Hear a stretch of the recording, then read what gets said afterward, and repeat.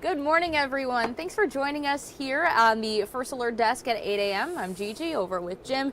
And Jim, you're going to talk all about what's going on this weekend. We've got a lot to discuss. I'm spending a lot of time just burying myself in model data over there in the Weather Center. And the data is starting to come into really good agreement in regards to the weekend storm. There's still that chance that we may switch our tune a little bit, but it looks like a pretty high-end wind and snow event for the weekend. We'll get into that in a sec. Right now, got a cold weather alert. Cold weather advisory is in effect for all counties in eastern North Carolina for the most part, with a few exceptions back to the west. And you can see the numbers. They're not fun walking out. Greenville is sitting at 23. That wind show's calm, but trust me, occasionally it hits 10 to 15, and that feels like temp dips down to about 14, 15 on the wind chill value this morning. 17 it feels like in Washington. Thermometer showing 23 as well. Looks nice though, doesn't it? Blue skies, looks inviting until you walk out of your home. 25 New Bern, Neuse River Cam, a little light chop on the water there. 14 on the feels like temp. You could build an igloo, Casey, these kind of temperatures. And that kind of hard, cold run will continue for a while. The ground getting more and more frozen out there over the coming days. There's all the temperatures for you. That Windsor reading looks a touch low to me, a little bit suspicious. I would generally say low 20s with a few teens to the north, right on the water, upper 20s.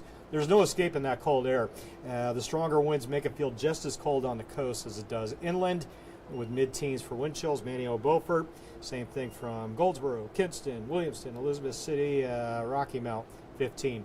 Temps and wind chill values now 20 feels like 10, give or take. Let's say low to mid-teens it feels like, and then the afternoon high just a few clicks above freezing. Anything in the shade, not going to melt any water. My bird bath stayed totally frozen all day yesterday, and I don't think that'll change for a while. Check it out. Winter Storm Watch was issued pre-sunrise by the Weather Service. This is in anticipation of the weekend weather. This will likely be upgraded to a warning, a winter storm warning, tomorrow. And give me a little leeway with that. The watch implies wintry weather within 48 hours, 2 days, and then the warning is issued 24 hours out, which likely either late tonight or tomorrow morning will go to a warning. All right, let's get into the details.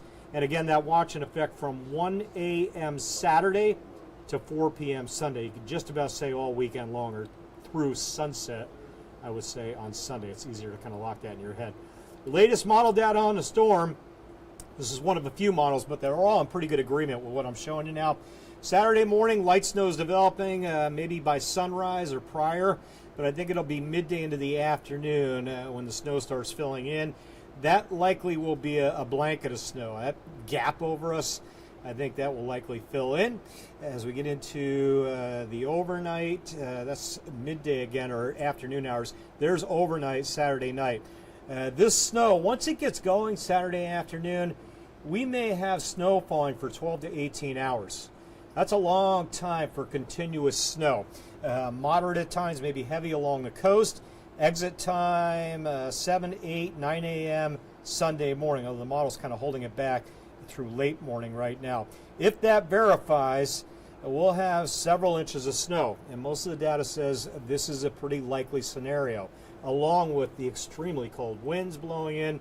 The storm may be gone on Monday, but the cold air is not. Everything stays frozen. In fact, I'm thinking we may not get over freezing all day on Monday, if indeed the snow comes. It's going to keep the air even colder. Right now, a little early look at how we're leaning on our snow totals. Generally 4 or 5 inches inland areas. You get out to the coast, 5 to 8 plus. Jean over in Ocracoke on our Facebook site, Jeannie. Jeannie, you may be in that sweet spot if you stay mostly snow. There's always that risk when you get out along the Outer Banks of mixing out there, but this storm looks like snow through the coast.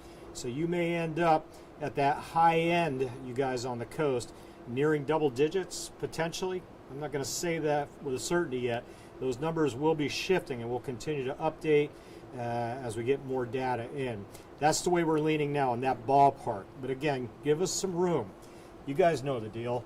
Until you get to T-minus about 12 hours, the data still shifts and the numbers still change. Keep that in mind. Saturday and Sunday, snow, frigid winds likely. Sunrise Saturday to midday Sunday, the precip window generally. Talked about the snow, 4 to 7 average inland to coast. Higher drifts, wind-driven dry snow. There's heavy wet snow, and then there's dry light, call it powdery snow. This will be more of the powdery light snow that blows everywhere, and that creates some big drifts. Wherever that snow hits up against something, or the snow piles up, we'll certainly see some of that. And the wind chill values, that 0 might be more like a -5 by sunrise Sunday, and then Sunday night as well. Bitter cold stuff coming in. All right, the satellite radar, put that into motion for you. You can see there's nothing out there. Clear skies, nothing brewing today, just the cold. Let's give you that that wide perspective again.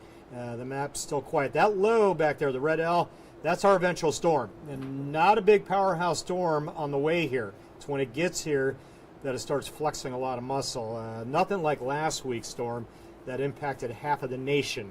This one impacts North Carolina, South Carolina, and Virginia. Here we are Friday morning, still dry. Again, we get into Friday late day, still dry, clouds thickening, and then again I'll show you that storm into the overnight, working its way along the coast and strengthening as it does so, and not exactly racing along. That slow movement is a concerning factor to me as well, allowing that snow to continue for 12 plus hours potentially. All right. And again, kind of give us some room. Check in with Zach later. Dustin will be here in the noon show. He'll have some new data as well as we continue to work hard to keep that forecast as accurate and close as possible. And that means little shifts in the data. First alert weather weekend, obviously. Overnight's bitter cold air. Next week, Groundhog Day. What a start for Phil coming out of his hole. Those 30s here will translate to much colder air up there in western PA. Slick roads likely Monday.